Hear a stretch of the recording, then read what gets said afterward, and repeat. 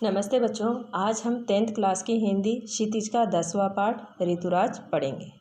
ऋतुराज का जीवन परिचय पढ़ते हैं। ऋतुराज का जन्म 10 फरवरी सन 1940 को भरतपुर में हुआ।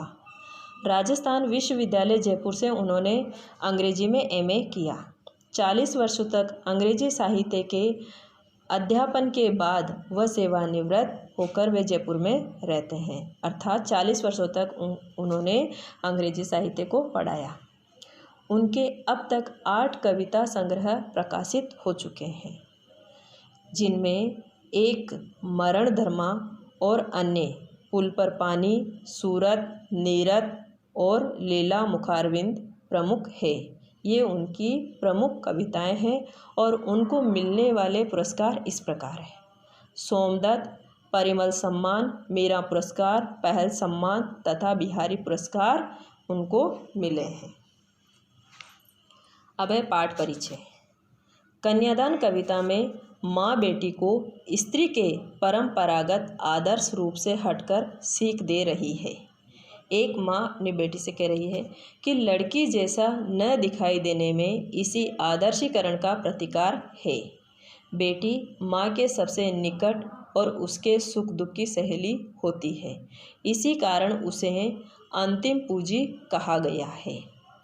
अब है ऋतुराज जी द्वारा रचित कविता कन्यादान का सरलार्थ करेंगे।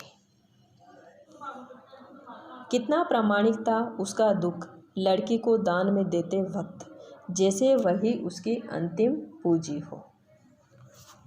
कवि कहता है कि बेटी का कन्यादान करते समय माँ दुखी थी।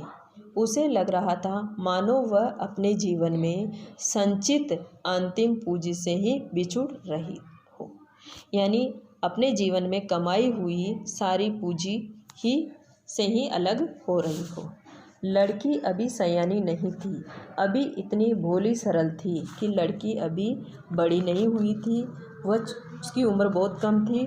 वह सरल स्वभाव की थी कि उसे सुख का आभास तो होता था, लेकिन दुख बाँचना नहीं आता था। कि उसे सुख का अनुभव तो होता था, लेकिन दुख बताना नहीं आता था, अर्थात दुखों और समस्याओं से वह अपरिचित थी।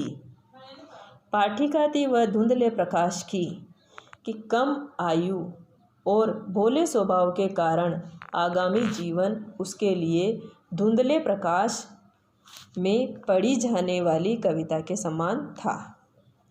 कुछ तर्कों और कुछ लयबद्ध पंक्तियों की उसकी तुक और लयबद्ध पंक्तियों को ही वह पढ़ने और समझने में समर्थ थी।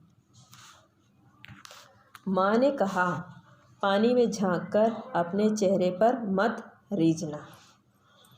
विदा होकर ससुराल जाते समय एक माँ अपनी बेटी को शिक्षा देते हुए कह रही है कि बेटी, ससुराल में अपनी सुंदरता पर बहुत प्रसन्न होकर न रहना। तुम्हारी यह सुंदरता किसी को तो प्रसन्न करेगी और किसी को दुखी भी कर सकती है। आग रोटियां सेकने के लिए हैं, जलने के लिए नहीं।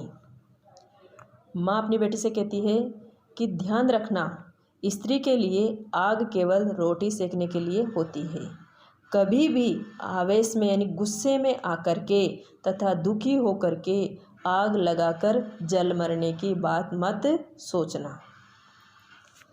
वस्त्र और आभूषण शाब्दिक भ्रमों की तरह बंधन है स्त्री जीवन के।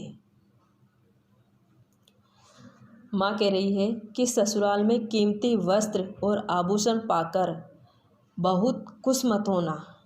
ये गहने कपड़े केवल ब्रह्म में डालने वाले शब्दों की तरह होते हैं। ये स्त्री को बंधन में डाल देने वाली हथकड़ियाँ और बेड़ियों के समान है। माँ ने कहा, लड़की होना पर लड़की जैसी दिखाई मत देना। माँ ने कहा कि तुम एक लड़की हो, किंतु लड़की होना कोई कमजोरी नहीं, बल्कि स्वाभिमान की बात है। कभी अन्याय और अपमान से समझौता मत करना। धन्यवाद।